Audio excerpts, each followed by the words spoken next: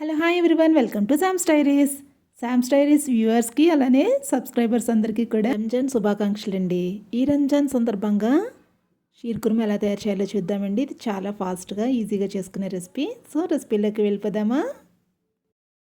ముందుగా ఒక గిన్నెలో ఒక హాఫ్ లీటర్ వరకు పాలనైతే తీసుకుని బాగా మరిగించుకోవాలండి. ఇవి బాగా మరిగిన తర్వాత ఈ పాలు గిన్నెనైతే పక్కన పెట్టుకుందాము. అలానే ఒక పాన్ తీసుకొని అందులో ఒక 2 స్పూన్స్ వరకు నెయ్యినైతే వేసుకోవాలండి. హీట్ అయ్యాక ఇందులో డ్రై ఫ్రూట్స్ని వేసుకోవాలండి. ఇక్కడ 2 స్పూన్స్ వరకు క్రష్ చేసుకున్న బాదం, అలానే 2 స్పూన్స్ వరకు పంప్కిన్ సీడ్స్, అలానే కాజు పీసెస్ కూడా వేసుకున్నానండి. ఇక్కడ 2 స్పూన్స్ వరకు, 1 స్పూన్ వరకు ఎండు ద్రాక్షను కూడా వేసుకొని ఇవన్నీ కూడా మంచిగా రోస్ట్గా వేగాలండి. ఈ విధంగా మనం ఫ్రై చేసుకోవాలి. ఇదంతా కూడా మంచిగా ఫ్రై అయిన తర్వాత వీటిని కూడా తీసుకుని పక్కన పెట్టుకోవాలి.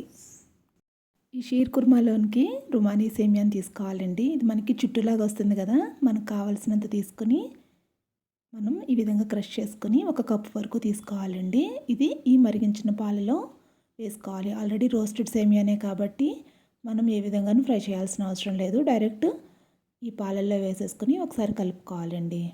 ఇదంతా బాగా కలిపిన తర్వాత ఇక్కడ ఒక 1/2 కప్ వరకు షుగర్ని అయితే తీసుకుంటున్నానండి.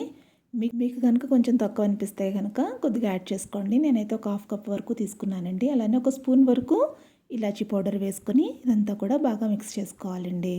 ఇదంతా కూడా వేరే బౌల్లోకి డిష్ అవుట్ చేసుకుని అలానే రోస్ట్గా వేయించుకున్న డ్రై ఫ్రూట్స్ ఉన్నాయి కదా, వాటిని కూడా ఈ విధంగా గార్నిషింగ్ చేసుకోవాలండి. సో చాలా ఈజీగా షీర్ కుర్మా అయితే రెడీ అయిపోతుంది. మీరు కూడా ట్రై చేసి ఎలా ఉందో కామెంట్ చేయండి.